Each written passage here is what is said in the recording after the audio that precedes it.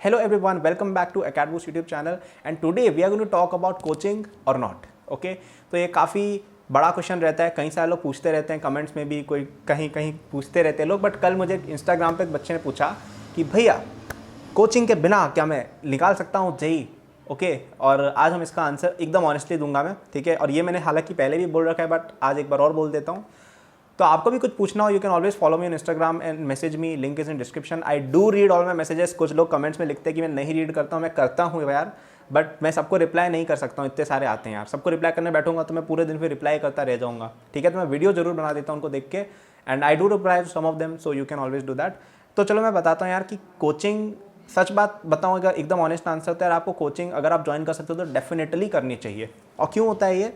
क्योंकि देखो आपको समझना होगा कि मैं अगर खुद आपको ऐसा बोल दूं कि अरे कोचिंग ज्वाइन करने से ब्रो कुछ भी नहीं होता है, कोचिंग मत जाओ, तो वो एक काफ़ी एक गलत बात है। क्योंकि मैंने खुद जो आज तक अचीवमेंट किया वो खुद एक कोचिंग जाने से काफ़ी हेल्प हुई थी। Of course self study is important, लेकिन कोचिंग जाना भी इंपॉर्टेंट है। क्यों इंपॉर्टेंट है समझो। आपको मैं बताता हूँ कि आपको मैं एक ऑनेस्टली स्टेटिस्टिक बता रहा हूँ कि IIT बॉम्बे में जितने भी बच्चों को जानता हूँ ना, जितने भी बच्चों को मैं जानता हूँ, सारे के सारे बच्चे सेल्फ स्टडी में से कोई भी ऑलमोस्ट नहीं है, सारे के सारे लोग कोचिंग जाते थे। मैं आपको बताता हूँ, मेरे ईयर के AIR, मेरा बैच जो है CSE का, उसमें ऑलमोस्ट सभी की AIR 100 के अंदर है।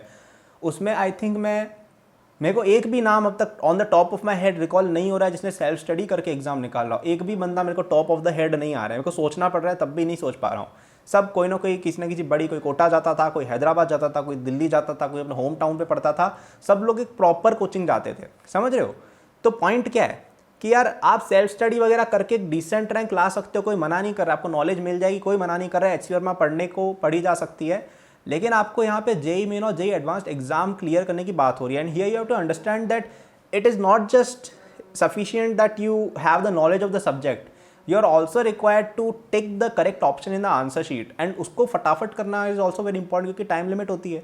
एंड अगर आप बुक्स के मेथड्स चलने लग जाओगे ना हर चीज़ के अंदर, कि हर चीज़ के अंदर let us assume this, now we will take this assumption and we will solve this integration, ऐसे करने लग जाओगे ना हर क्वेश्चन में जो बुक्स के अंदर होता है, which is knowledge, which is correct, तो आप एग्जाम में अच्छे मार्क्स लेके नहीं आओगे।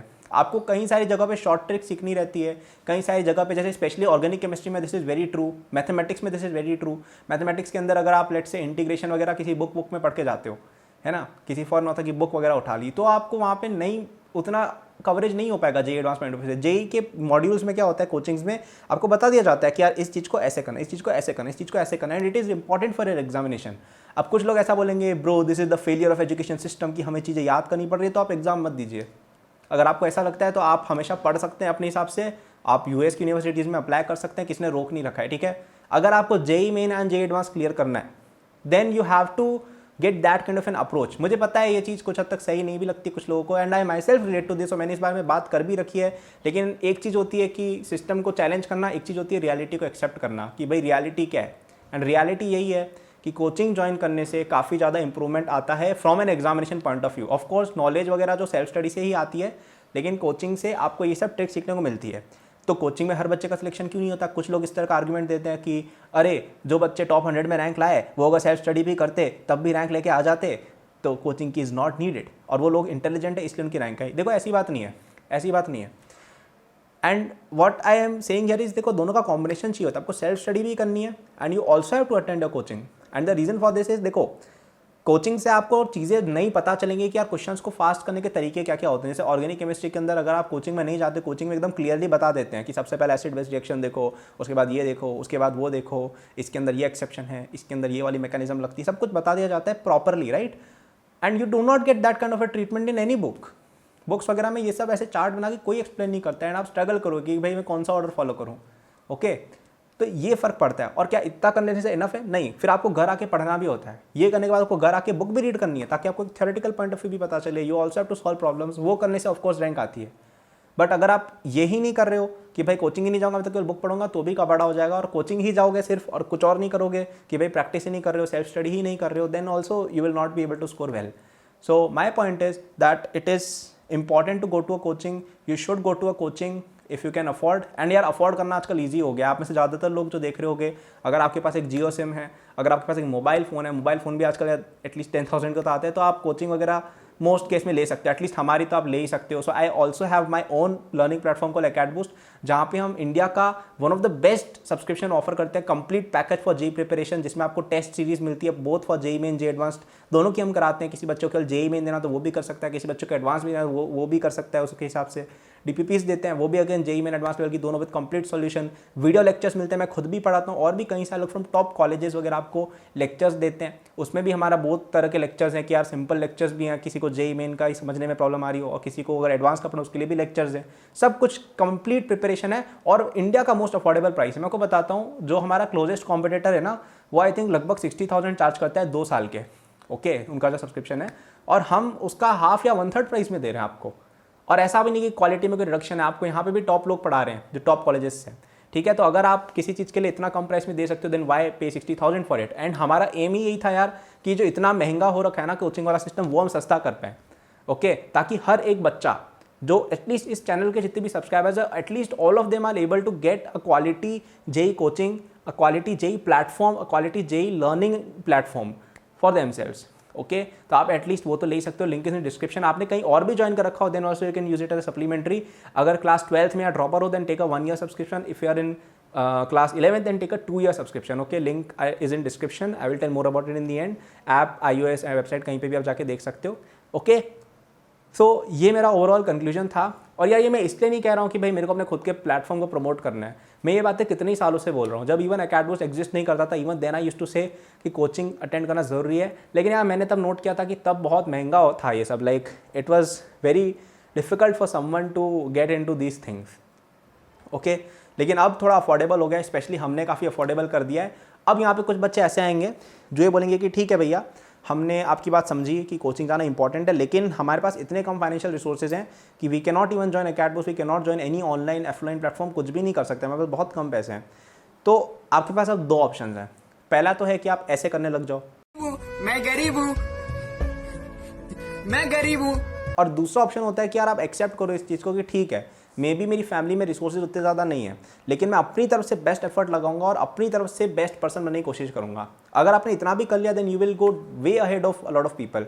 जैसे मैं आपको बताता हूँ, कितने सारे लोग होते हैं यार जो काफ़ी रिच और काफ़ी रिसोर्सफुल फैमिली से होते हैं, लेकिन अपने करियर में कुछ भी नहीं कर रहे होते। आप खुद जानते होंगे, आपके स्कूल में होंगे ना ऐसे लोग जिनके पेरेंट्स काफ़ी इन्फ्लुएंशियल लोग हैं, लेकिन वो अपने स्कूल में लिटरली कुछ भी नहीं कर रहे हैं, ओके। तो ऐसा होता है, जो बंदा मेहनत करता है वो आगे बढ़ता है। मैं इवन खुद का बताया, I am not from a very influential family, मेरे फैमिली का कोई बिजनेस कुछ भी नहीं है, both of my parents are government employees, and उससे पहले वाली जो जनरेशन थी वो तो काफ़ी ज़्यादा पुअर थे।